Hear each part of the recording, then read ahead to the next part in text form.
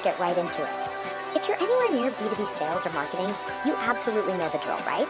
You're sending out hundreds, maybe thousands of messages, just hoping something, anything at all, will stick. But what if that entire model is just fundamentally broken? Today, we're going to tear down and rebuild a really powerful framework that flips that whole script from volume to value. So let's kick things off with a pretty brutal number. A staggering 87% of all LinkedIn InMails are completely ignored. Just think about that for a second. Nearly 9 out of every 10 messages you send, they just vanish into the void. That's not a strategy, That's a black hole for your time, your energy, and your money. And look, this isn't just some abstract theory. The source material for this whole explainer highlights a real founder who was just burning through cash on LinkedIn Sales Navigator. They sent 350 InMails, got a measly 4 replies back, and closed exactly 0 deals. It's a story that is, unfortunately, painfully familiar to a lot of people out there. And this really gets to the core of the problem, what we can call the outreach black hole. It's this vicious cycle of spending more money and sending more messages, only to watch your results completely flatline or, even worse, start to decline. This image really nails the strategic choice here.